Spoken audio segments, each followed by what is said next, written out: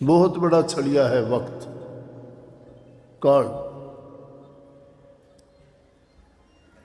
अब उसको हम जानते नहीं हैं, है क्या।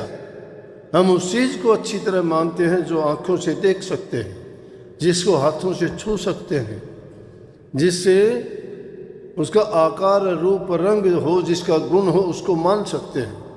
जो निर्गुण है, जिसको हम कभी देखा ही नहीं, वो क्या करता है उसको मानने के लिए हम तैयार ही नहीं हैं।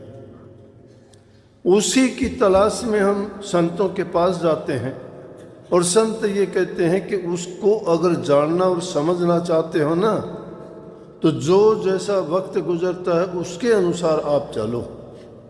अगर आपको समझ नहीं है तो ऐसे वीतराग पुरुष की शरण में जाओ जो तत्ववेता हो, त्रिगुण रहित हो, त्रिकालदर्शी हो। वो हमारे जैसा ही होगा, उसका कोई अलग नहीं होगा। क्योंकि हमारे जैसा नहीं होगा, दूसरा हमें नहीं समझा सकता। हमारे जैसा हमारी भाषा में हमने मिलके, हमारे साथ रह के, हमारे सारे क्रियाकर्मों के परिणाम को दर्शाते बताते हुए और उस सर्वोच्च शक्ति का ज्ञान कराते हुए, ये ज्ञान है,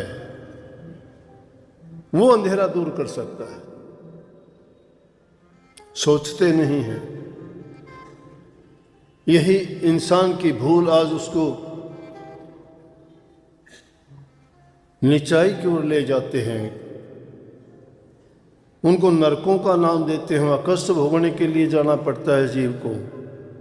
नरक कहाँ होंगे? नरक तो यहीं पे है। तुमने बुरा काम किया, किसी की नज़र से गिर के, नरक से ज़्यादा क्या बुरा? क्या पाया हमने? किसी का अच्छा करके किसी दृष्टि में अगर अपना मान सम्मान बनवा लेते हो तो आपने बहुत कुछ पा लिया है।